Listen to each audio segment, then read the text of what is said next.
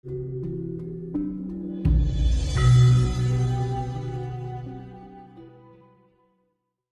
Tuhan kita hanya bisa meniru. Karena kita bisa melihat, apakah kita karena bisa melihat kitanya? Bukan. Karena yang maha melihat mengizinkan kita bisa melihat. Dan kita kenapa bisa melihat? Karena ada cahaya masuk ke kornea mata kita. Coba kalau ada cahaya, gelap. Seperti itu.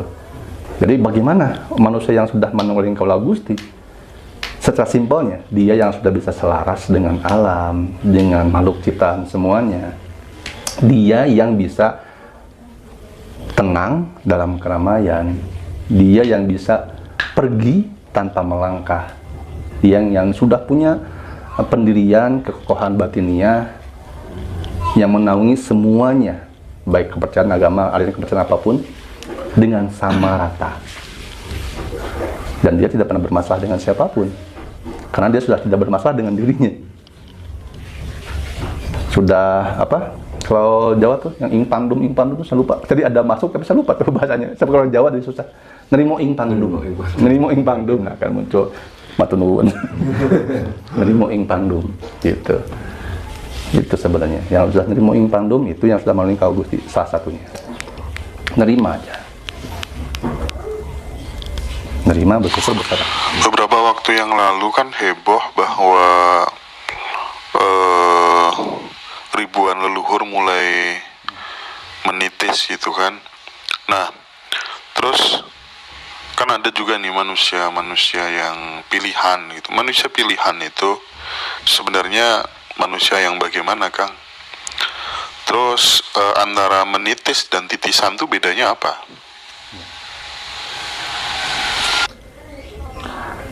Kalau ditanya manusia pilihan, sebenarnya setiap manusia itu pilihan sebenarnya. Tapi pilihan dalam skup ranah yang kapasitas bagaimana dan seperti apa. Di antara manusia yang sudah menjadi pilihan, manusia dipilih kan untuk memelihara bumi. Kalau udah istilah Arabnya khalifah, itu kan pemimpin.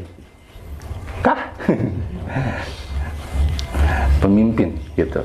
Nah, tapi di antara pilihan yang tadi itu, ketika saya sampaikan di awal bahwa yang menitis itu tidak hanya yang baik yang buruk. Kalau ditanya ribuan menitis gitu. Kalau tadi yang saya dapatkan, tapi kalaupun salah pengapunten, bukan ribuan, jutaan gitu. Nah, bedanya menitis dengan titisan. Menitis itu ada prosesnya. Titisan itu orangnya. Ada sumber, ada proses, ada yang dititisi gitu. Sama seperti misalnya contoh yang dekat aja kopi. Ada gelasnya. Ada kopinya. Nah, kita mau menikmati kopi. Ini kopi itu sumber. Berarti kan kopi ini harus dimasukin ke dalam gelas. Dalam gelas harus dikasih air, diaduk. Nah, itulah menitis prosesnya. Seperti itu. Jadi air kopi dalam manusia juga seperti itu. Ada sumber.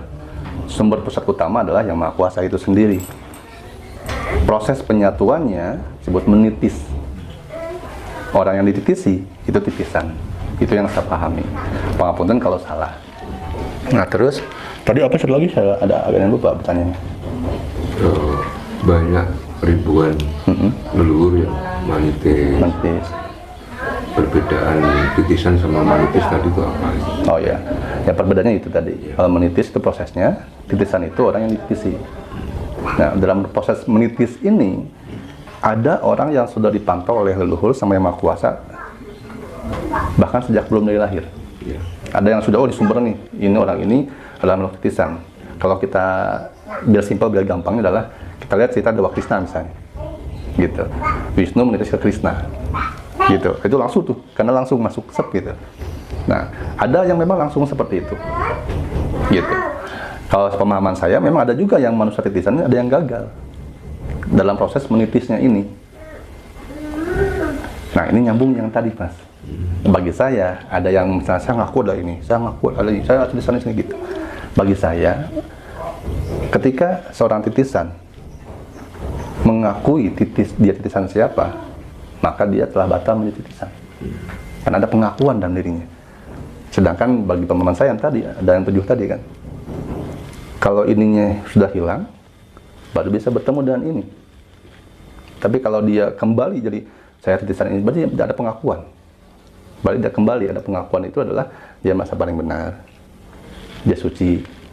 Sementara kan secara general titisan itu adalah yang suci dengan yang suci.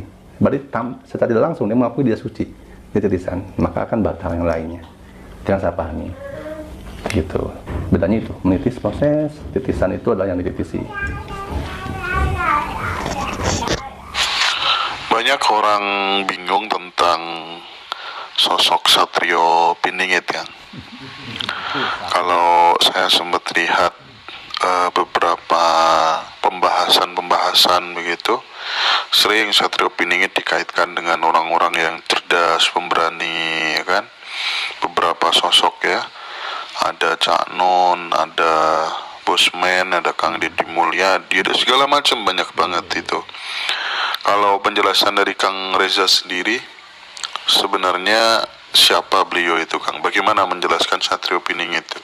Oke, matur nuwun. Sebelumnya amit pangapunten kalau memang apa yang saya sampaikan tidak sepaham dan salah bagi pemahaman yang mendengarkan. Saya pernah membahas ini. Dan di thumbnail saya pernah memampang 3 foto beliau.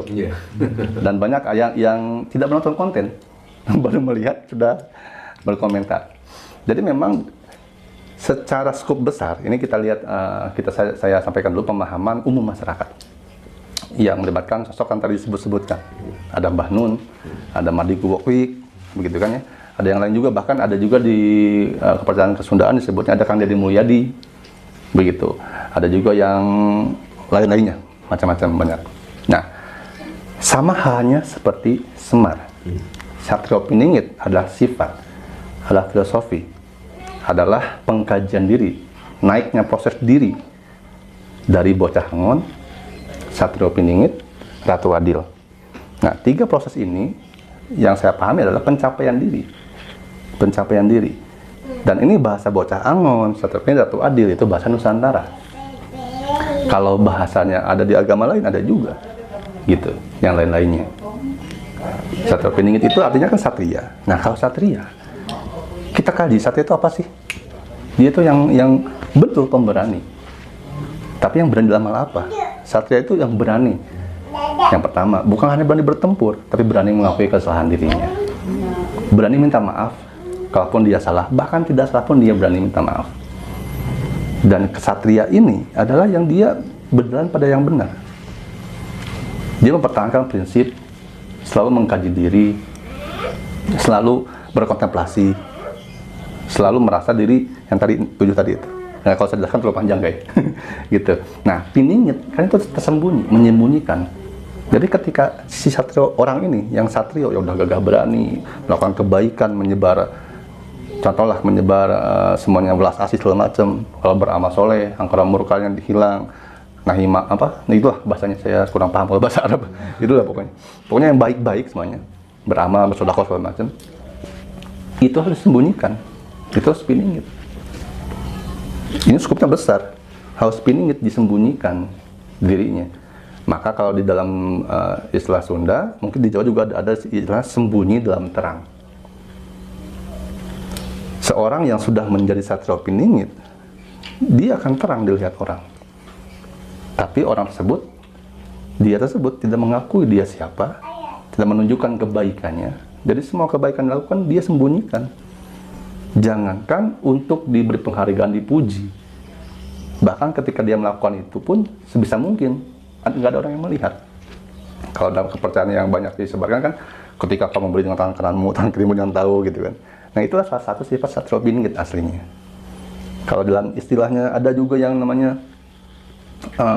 Satrio Piningit, ini bahasa Nusantara. Kalau di bahasa lain ada yang sebutnya orang yang seperti itu. Di dalam Islam sebenarnya kan ihsan, orang yang ikhlas, tidak mengharap balasan, bersembunyi, menyembunyikan dirinya, menyembunyikan semua kebaikannya, tapi tetap dia dalam keberanian, mempertahankan dirinya dalam keberanian. Jadi siapapun orang yang sudah melalui proses bocah Angon kan dikisahkan adalah budak gembala.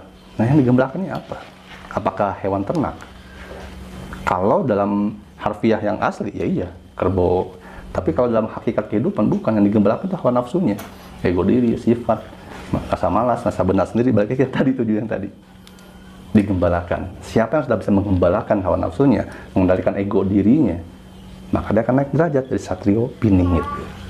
Setelah benar-benar di satrio piningit, belum beres, dia akan naik lagi menjadi ratu adil. Ratu itu pemimpin, pimpinan. Karena sesungguhnya Nusantara ini bukan kerajaan bentuknya, Mas, tapi keratuan. Kerajaan itu setelah ada campur tangan orang-orang luar, orang barat, Portugis, VOC dan sebagainya.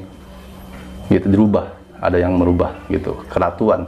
Makanya nggak ada yang salah saya bilang ketika ada yang bilang Ratu Kidul itu laki-laki, Ratu itu naga biru. Ya nggak salah, karena Ratu Kidul dulu memang ada Sang Hyang Baruna namanya, seorang naga di bawah Sang Hyang ada. Nah, Satrio Piningit itu sudah melalui masa bocah angon gitu. Kalau bocah angon ini dalam masa, kalau kita masukkan ke ayat, ke surat Al-Quran, ada di Al-Baqarah, sapi betina gitu. Nah, itu kalau dibaca semuanya, dihikmati, itu perjalanan bocah angon terus sampai Al-Mu'minu, terus sampai surat Yasin segala macam. Nah, orang yang sudah Satrio Piningit naik lagi menjadi ratu adil terhadap dirinya, adil terhadap pikirannya, adil terhadap sikap dan perbuatannya, tindak tanduk lakunya itu dia bisa menyimpan ucapannya di belakang pikirannya. Jadi sebelum dia berucap, dia pikir dulu baik dan buruknya, sebelum bertindak dia kaji dulu. Dan dia adil kepada siapapun. Nah, kalau udah adil, siapakah yang bisa berbuat adil? Hanya Sang Hyang Widi, Sang Hyang Taya, Tuhan semesta alam. Baik kayak Manunggaling Kala Gusti. Jadi orang yang Satrio Piningit, dia udah kalau mau jadi ratu adil, Manunggaling Kala Gusti, naik ke ratu adil. Nah, siapakah orang ini yang bisa? Siapapun bisa, Mas juga bisa, siapapun bisa. Nah, kalau begitu kan berarti kan kalau soal ramalan Jayabaya, Prabu Siliwangi, nanti Nusantara akan dipimpin oleh ratu adil, Satrio Piningit. Masa semua orang memimpin? Ya iya, semua orang memimpin. Karena tidak akan terjadi keadilan yang merata sebelum kita menjadi adil pada diri kita sendiri. Tapi nanti ada sosok satu orang misalnya gitu yang memimpin jadi presidennya misalnya. Gitu. Nah, nanti akan ada seperti itu memang. Siapa? Wallahu a'lam. Bisa siapapun, tapi jangan pikirkan ke sana. Lebih baik pimpinkan dulu negara, kerajaan dan diri kita, sekujur tubuh kita. Dari ujung rambut sampai ujung kaki itu kerajaan kita, itu negara kita. Jadi dulu presiden buat diri kita. Sudah adilkah kita pada diri kita, segala macam. Kita akan tentang Satrio Piningit, Mas. Bisa siapapun. Apapun kalau nggak sepaham, silahkan yang mau komen macam-macam boleh.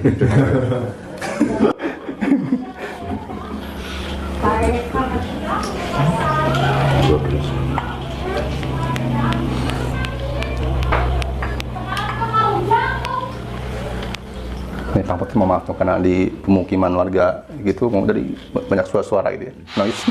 Dari penglihatan mata batin Kang Reza gitu, setelah malam 1 Suro yang akan datang nanti ini 2022 itu, apakah ada sesuatu yang perlu disampaikan, Kang?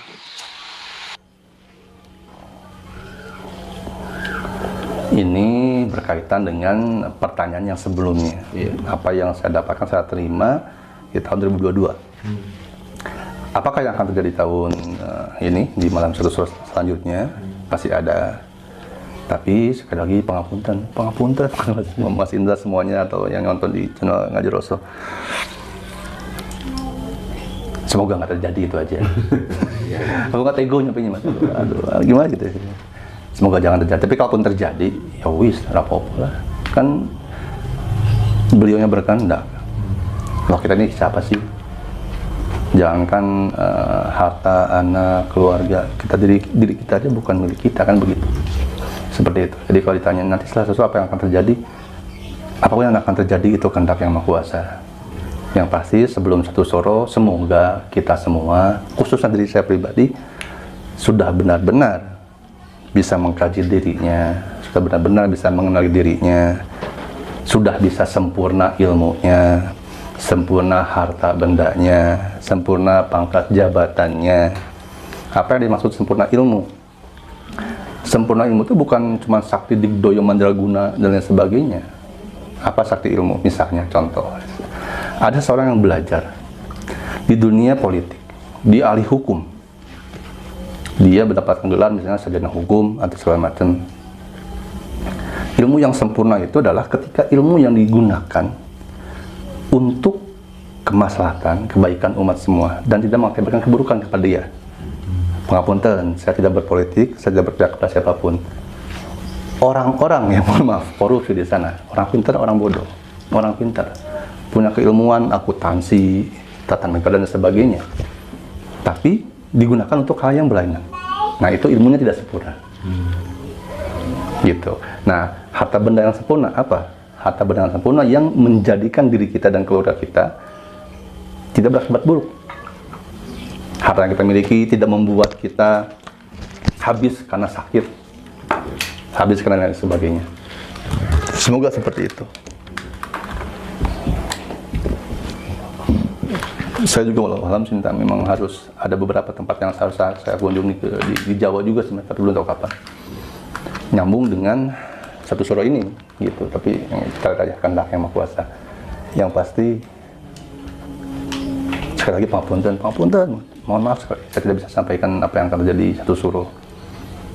Ya mari saja kita berdoa apa yang terbaik bagi Tuhan tentunya ya, untuk kita, karena kita nggak pernah tahu apa yang baik bagi kita. Terkadang kita menganggap itu baik malah buruk dan sebaliknya. Jadi pengapunten mas kalau saya tidak bisa menjawab apa yang akan terjadi satu suruh.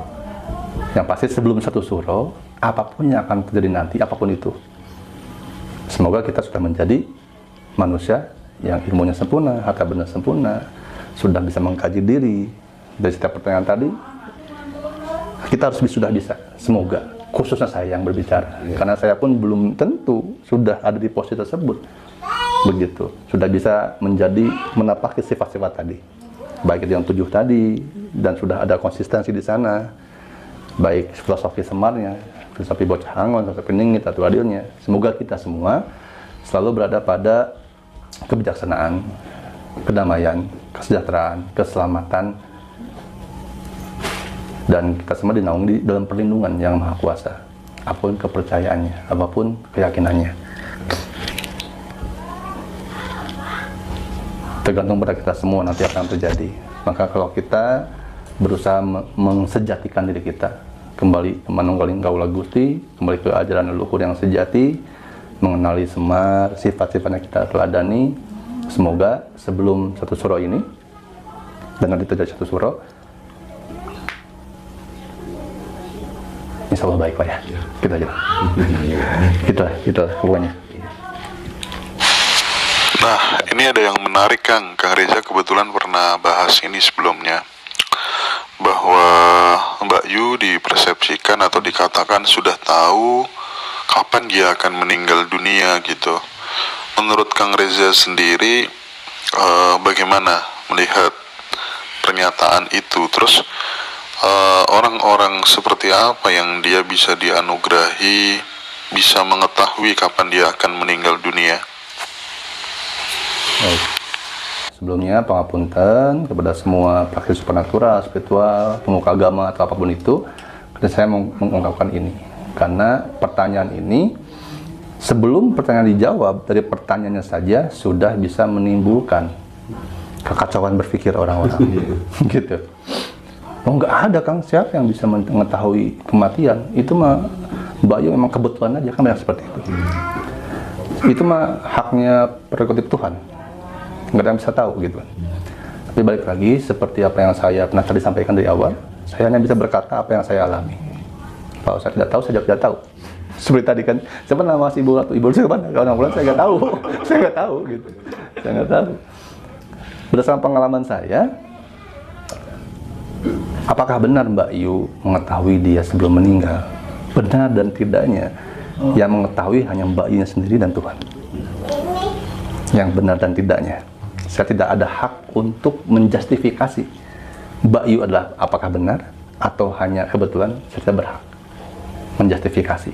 Hanya kalau dalam pemahaman, apakah ada orang-orang yang mengetahui dia akan meninggal? Oke, Mas. Leluhur kita juga banyak tuh. Bahkan leluhur kita mah ketika sudah tahu begitu, dia bisa memilih meninggalnya. Kenapa? Makanya ada moksa, ada ngahnya, dan sebagainya. Melebur dengan alam. Jasadnya nggak ketemu. Yang mati Gajah Mada di mana? Nggak ada. Gitu segala macam dan sebagainya. Nah, adakah orang yang bisa mengetahui? Banyak. Orang seperti apa? Balik lagi, manunggaling kaulagus itu berfungsi untuk segalanya. Kita ini manusia pada umumnya suka beranggapan kita itu paling mengetahui, paling mengenal Tuhan seperti apa dan bagaimana.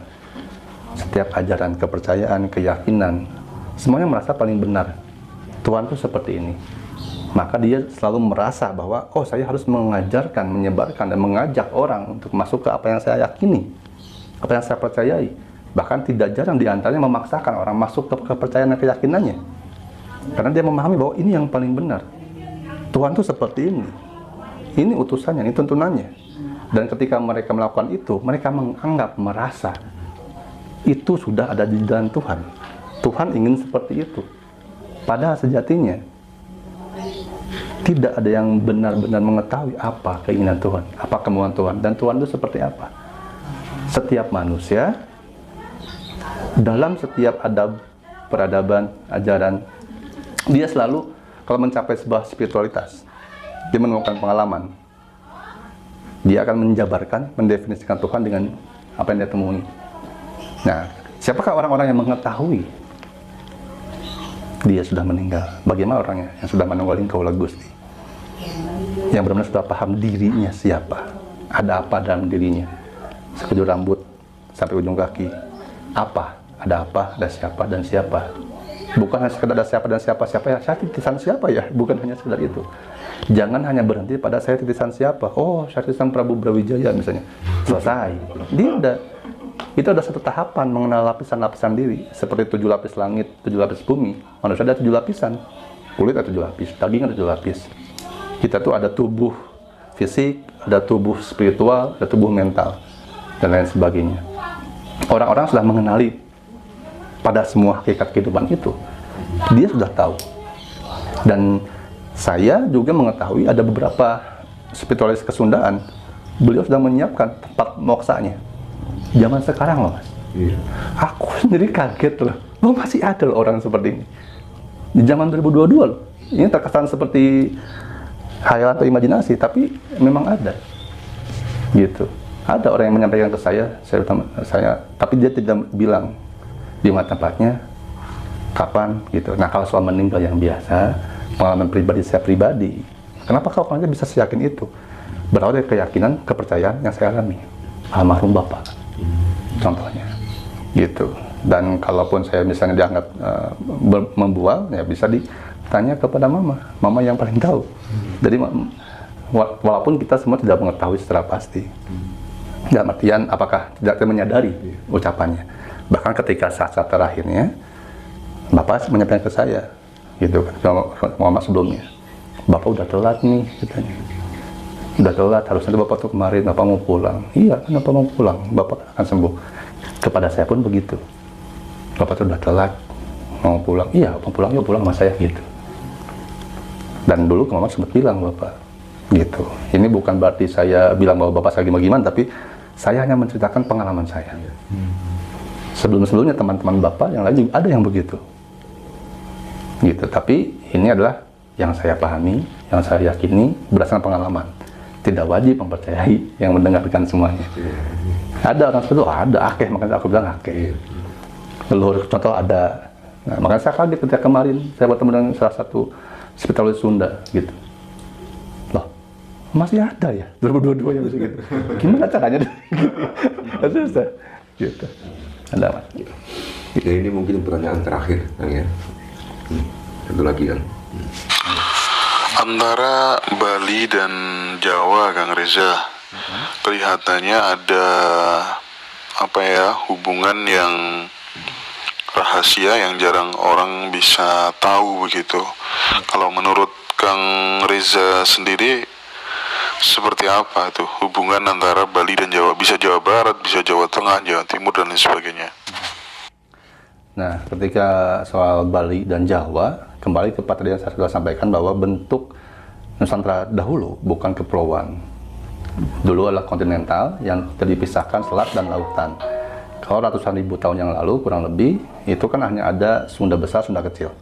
Nah, Bali itu termasuk Sunda kecil. Bali, Flores, Lombok, itu termasuk Sunda kecil. Nah, Jawa Sunda besar. Nah, kalau apa hubungannya? Kalau yang saya ketahui, yang saya alami, orang Bali bisa dilihat kepercayaan Bali. Mohon maaf kalau saya salah pengoponten, Hindu Bali yang asli itu beda dengan Hindu yang di India. Bahkan beda dengan Hindu dimanapun. Bahkan setiap kepercayaan, keyakinan agama yang lain datang ke Nusantara, di Nusantara pasti berbeda dengan bangsa lain. Nah, hubungannya apa Bali dengan Jawa? Kalau dalam segi bentuk kepulauannya, dulu adalah bagian dari Sunda kecil. Iya. Kalau dulu lagi masuk lagi, kalau kepulauannya, ke geografisnya, dulu kan Sunda Land masuk segala macam. Nah, secara kalau yang terdekat-terdekat, kalau di Sunda, Bali itu ada penyebutan, dan orang Bali juga ada beberapa yang memahami bahwa ketika kembali ke Sunda, dan berarti Sunda bukan suku Sundanya, karena Sunda, Jawa sama aja gitu kan sebenarnya. Gitu disebut tanah Jawi, ya Jawa. Orang Jawi, orang yang banyak dengan kesepuhan yang ada beberapa memang yang bertalian erat. Jadi ada gini, Jawa Barat aja nih dengan Jawa Tengah, Jawa Timur itu bahasanya beda-beda kan Mas? Iya. Ada Jawa Barat yang ini Cirebon misalnya, campur. Ada juga ada yang masih dekat tuh bahasanya. Gitu. Sunda pun bermacam-macam. Tapi ada satu daerah, padahal kalau di peta tuh nggak ada garis. Tapi yang ini, saya lupa daerahnya. Yang ini dengan yang ini, perbandingan bahasa itu jauh sekali. Simpelnya gini deh. Kalau misalnya hubungannya Jawa dengan Bali, intinya gini, di Bali itu banyak peninggalan leluhur, dan masih banyak orang-orang yang benar-benar mengikuti ajaran leluhur yang asli. Peninggalan leluhur juga masih banyak di sana yang asli.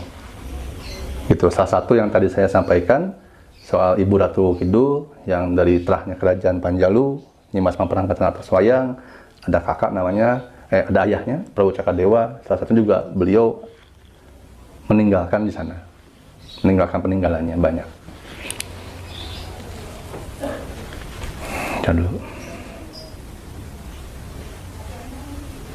Katanya jangan terlalu disampaikan terlalu banyak, apalagi terlalu dalam. Soal Bali juga sekarang sedang dilihat kan, sedang diawasi. Bali juga gitu.